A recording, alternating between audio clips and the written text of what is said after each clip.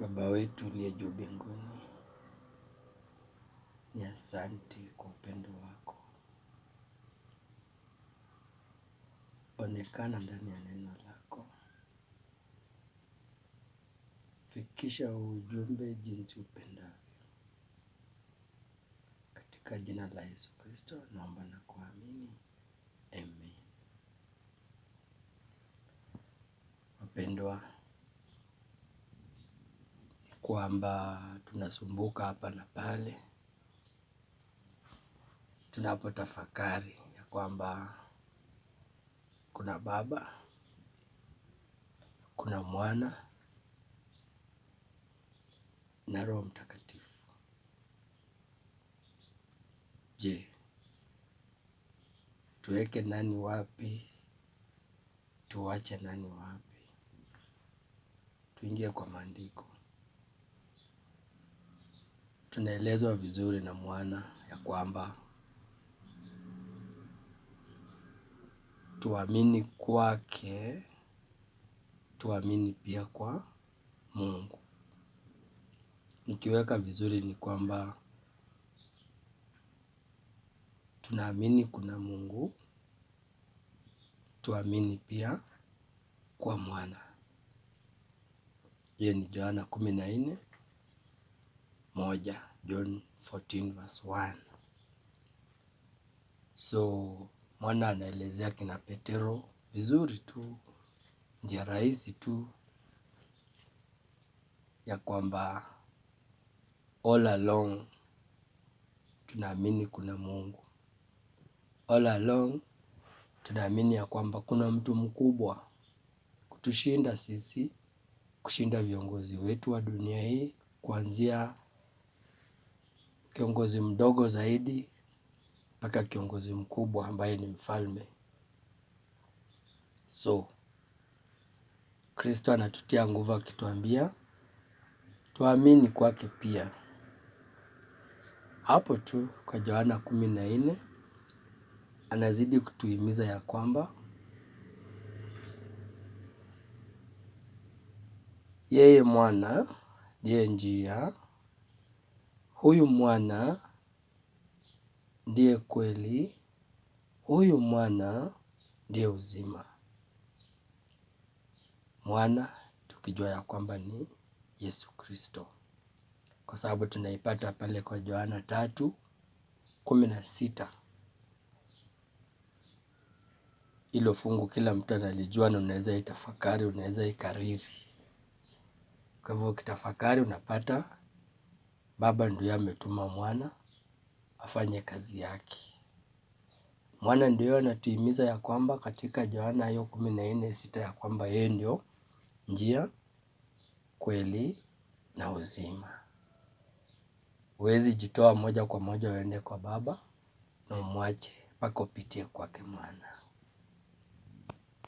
Kwa hivyo jambo hilo tunaipata ya kwamba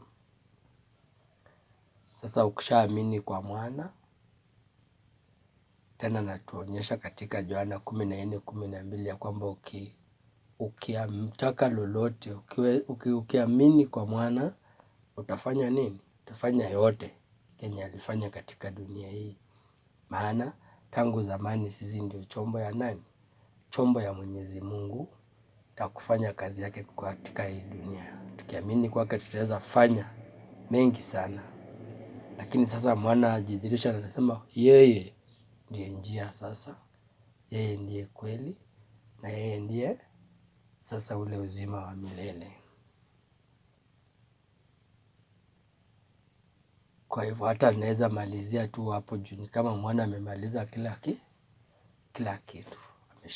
Amefungua yote. Kwa hivyo tuamini kwa Mungu ambaye ni Baba, tuamini kwa Mwana sasa ambaye ni nani? Yesu Kristo. So sasa Roho Mtakatifu,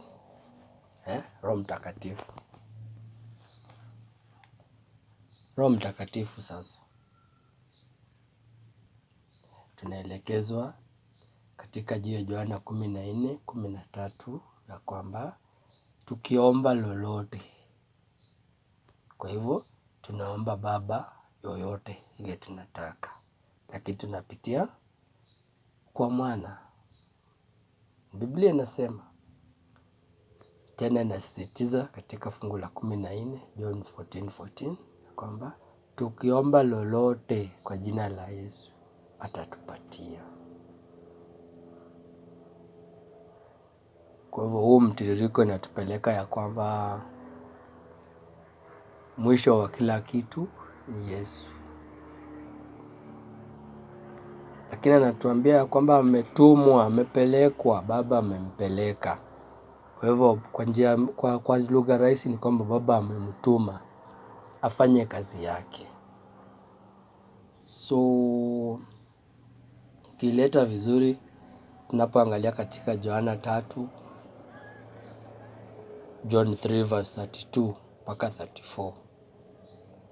Sasa tunapata jumla ya kila kitu ile inatusumbua katika maisha yetu ya kiroho, ya kwamba Baba ametuma mwana afanye kazi yake. Na tunapata ya kwamba katika New Testament tunapata ya kwamba Mafarisayo, yani tunasema sasa wale wako kwa hii dunia, mpaka viongozi wa dini wanakataa kuamini ya kwamba Yesu ametumwa na Baba. Hata ukiangalia kwa viongozi wa dini, wale Mafarisayo wanakataa na wanasema huyu mtoto wa Yusufu na Maria hapa atatuambia nini, na yeye ni mtoto wa Yusufu na Maria hapo tu. Kwa hivyo wanakataa kuamini, lakini wenye wanaamini, Yohana Mbatizaji anasema wenye wanaamini ya kwamba huyu ametumwa na Baba, ametumwa na Mungu, basi anaweka muhuri ya kwamba hao ni wake. So John 3:34 ni vizuri inatuelekeza ya kwamba Baba ametuma mwana na amempea nguvu ya kufanya kazi. Kwa hivyo Roho Mtakatifu ameingilia hapo. Mungu na watubariki. Asante.